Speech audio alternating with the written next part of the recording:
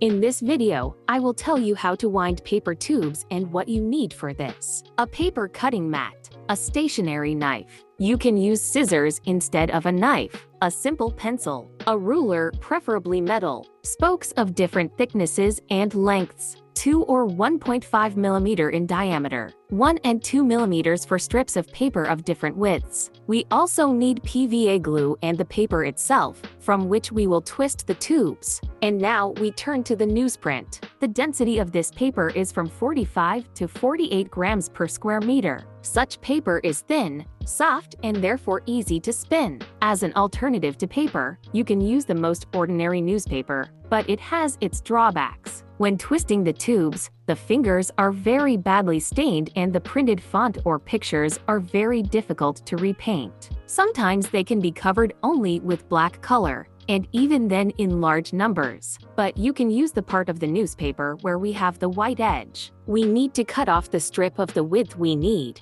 and when winding, the white edge will overlap the text. Previously, the masters used various advertising flyers and booklets. I have small ones here, just to show you as a sample. This paper is also very thin, smooth, and soft. The tubes from it spin very easily, but as in the case of a newspaper, difficulties arise in coloring such tubes. You can also use ordinary A4 office paper, but the density of this paper will be more than 80 grams per square meter here. This throws out certain difficulties. Such paper is more difficult to wind up. I use the most ordinary clean newsprint. It comes in different sizes. This is the standard A4 size of 21 by 29 centimeters. There is also a larger A3 format 30 by 42 centimeters. If the fibers are located on the long side, then the tubes are 42 centimeters long. From A4 format, the length of the tubes will be 30 centimeters. You can also buy ready-made sliced paper of the required size on the marketplaces. I have it 10 by 30 centimeters. You can also purchase paper in a roll. In my case, the width of the roll is 42 centimeters, and its length is 150 meters. Here, of course, you will have to tinker a little more,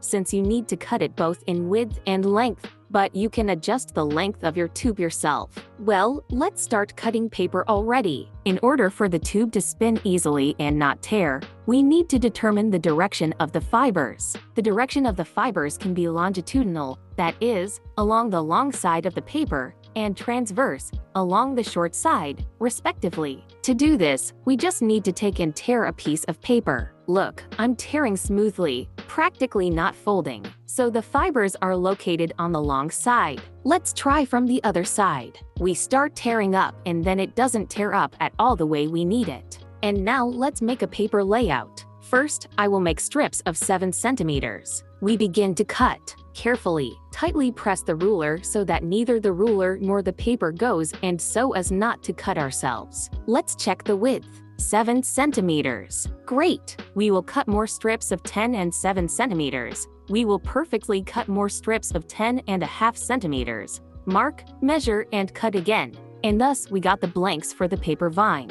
At the very beginning, I forgot to show you the rug on which I twist the paper vines. This is an ordinary silicone baking mat. It is convenient because it does not slip on the surface and the paper vine does not slide on it either. Here, as it were, there is a coupling of paper with a mat. I use spokes of different thicknesses to twist the vine. This spoke is 2 millimeters in diameter. It is quite thick. It is very easy to twist tubes on this spoke, especially for beginners. This is already 1.2 millimeter. With it, the tube turns out to be more dense and not as hollow as if we use a deuce. Here, you can see the difference in the thickness of these spokes. I think it's noticeable enough. There is a rule. The narrower the strip of paper, the smaller the diameter of the knitting needle we use. If you take a 2 millimeter needle for a narrow strip, 7 centimeters long, the tube will turn out to be hollow, not tight, and will crumple during weaving. I think it's time to start the most interesting thing. We will twist the needle on a strip of paper, put it at a slight angle,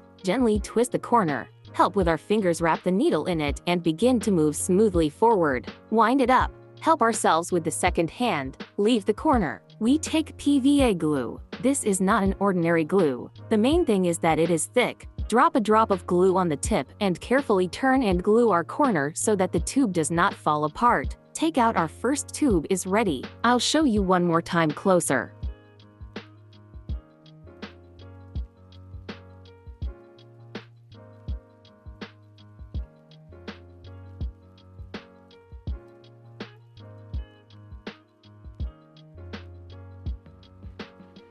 Again, we take the corner and glue the excess glue away.